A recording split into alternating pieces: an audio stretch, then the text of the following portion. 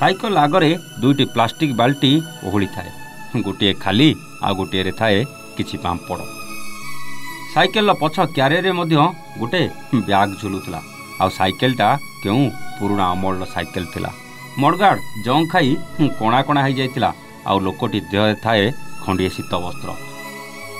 सबुठार बड़ कथा है व्यक्ति जनक मुहरु देखिले केही कहबेनि कि से जे जे हिसार थिबे बोली।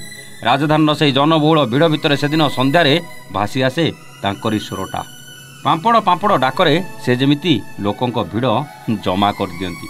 आ तांको पाखरे लोकंक गहली देखिदेले मने हुए ए राजधानीवासी सते जेमिति तांकरी हाथरू पांपड़ खंडी खाइबाकू अपेक्षा करिथिले। संध्या समय टिके शीतुआ पाग को खाप खाइला भली पाटी टकटकिया खाइबा जिनिस ना शुणी जी जी जुआड़े थिले दौड़ी आसिले से पांपड़ बिकाली निकट को आउ कहले आमको गोटे पांपड़ दियो। जी जेमिति पांपड़ किणी टंका दे चलले। प्रथमे से पेशारे जड़े शाढ़ी व्यवसायी थिले। पुआ आ घर परिवार मिसी शाढ़ी बेपार करुले।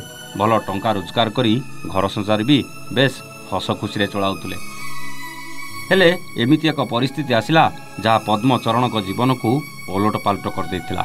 शाढ़ी व्यवसाय करने भितर धार करजरे बुड़ीगले। यही असुविधा भितर हठात देह खराब है। आउ तापरे डूबीगला शाढ़ी व्यवसाय। आउ परिवार चलवा होगला कष्टकर। तेणु भुवनेश्वर आसी पांपड़ व्यवसाय कले। आउ दीर्घ 10 वर्ष है एमिति पांपड़ व्यवसाय करी निज गुजराण मेटाउछंती।